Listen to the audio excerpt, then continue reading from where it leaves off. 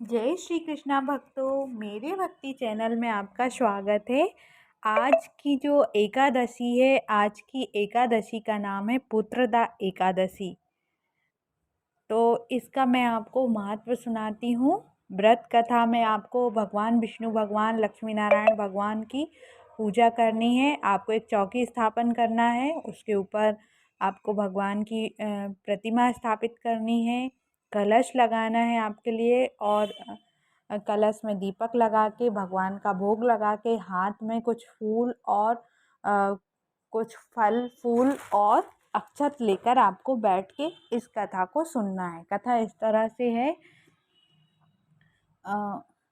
ये जो एकादशी बहुत महत्वपूर्ण एकादशी है। ऐसा माना जाता है इस व्रत को करने से संतान की प्राप्ति होती है। जो महिलाएं संतान की प्राप्ति करना चाहती हैं, उन्हें इस व्रत को अवश्य करना चाहिए। एक भगवान विष्णु की कृपा बनी रहती है इस व्रत को करने से। अब मैं आपके लिए व्रत कथा बताती हूँ। इस तरह से है। एक बार है ना, धनुर्धर अर्जुन ने कहा भगवान से कि इन कल्याणकारी महापुण्यमयी कथाओं को सुनकर मुझे हर्ष की सीमा नहीं रही। मेरी जिज्ञासा बढ़ती रही। हे कमल नयन, आप कृपा करके मुझे श्रावण मास के शुक्ल पक्ष की एकादशी की कथा सुनाइए। इसमें जो एकादशी का नाम है, उसका नाम उसकी विधि सारी चीज़ें बताइए।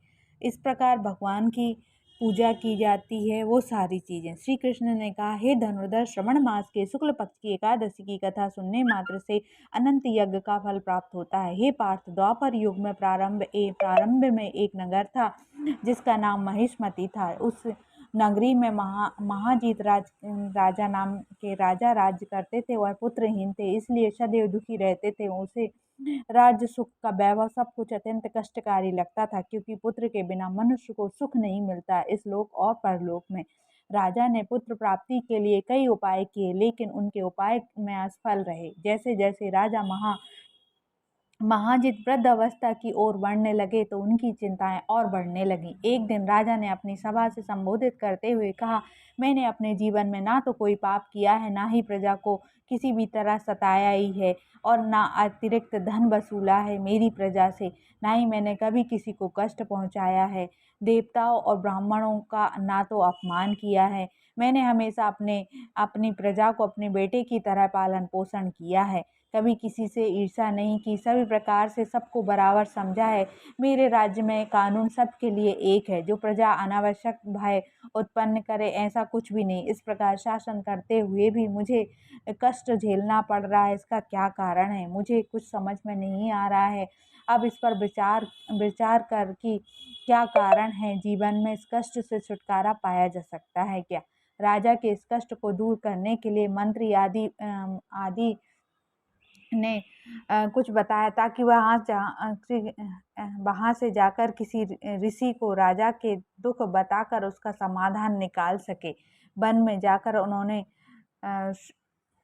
राजा ने अपने मंत्रियों से बोला, और मंत्रियों ने पता लगाया कि कोई ऋषि है जो हमारे राजा के इस दुख को दूर कर सकता है। तो जैसे ही मंत्री लोग वहाँ वन में इधर उधर घूमने लगे, वृद्ध धर्म आश्रमों में सब जगह पर गए, तो उन्हें एक महर्षि मिले, जिन महर्षि का नाम था लोमस।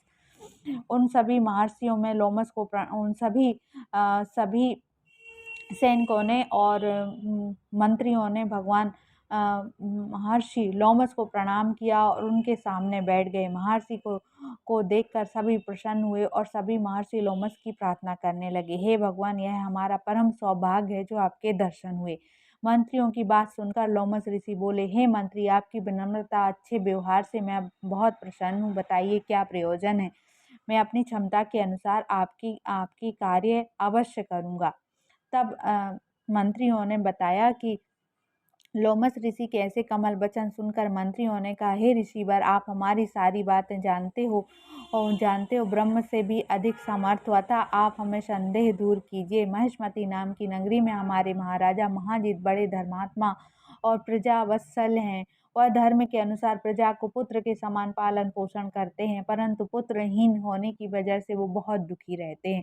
अब उनकी प्रजा उनके दुख से दुखी होने लगी, क्योंकि राजा के सुख में प्रजा सुखी रहती है, राजा के दुख में प्रजा दुखी रहती है।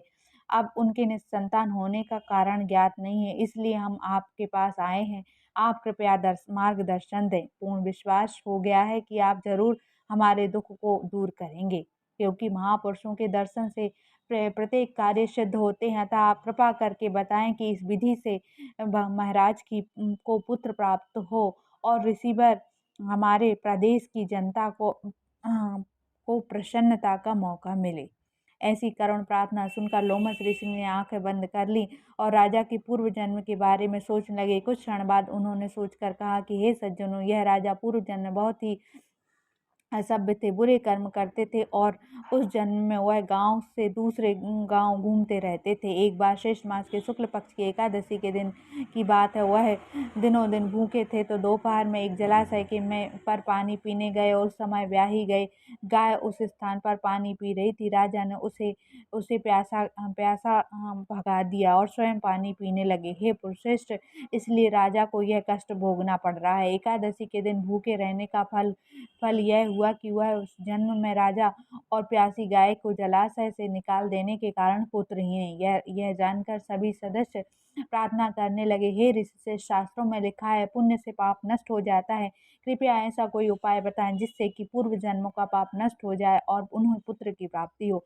पार्षद की प्रार्थना सुनकर लोमश ऋषि बोले, हे महापुरुषों, यदि आप सभी श्रवण मास के शुक्ल पक्ष की पुत्रदा एकादशी का व्रत करते हैं, रात्रि को जागरण करते इस व्रत का फल राजा के नियमित कर देते हैं, तो उनको अवश्य पुत्र प्राप्त होगा और राजा के सारे कष्ट दूर हो जाएंगे। इस उपाय को जानकर मंत्री सहित सभी लोगों ने महर्षि को बहुत धन्यवाद दिया और आशीर्वाद लेकर राजा के पास लौटे और उसे लोमश ऋषि की आज्ञा अनुसार उन्होंने पुत्रदा एकादशी की व्रत किया और द्वादशी के दिन उसका फल राजा को दिया। इस पुण्य के प्रभाव से रानी गर्भवती हुई। 9 महीने के बाद उनको एक अत्यंत तेजस्वी पुत्र जन्म लिया। हे पांडु पुत्र, इसलिए उस एकादशी का नाम पुत्रदा पड़ा। पुत्र प्राप्ति हेतु इच्छा रखने वाले मनुष्य को श्रवण मास के शुक्ल पक्ष की एकादशी का व्रत जरूर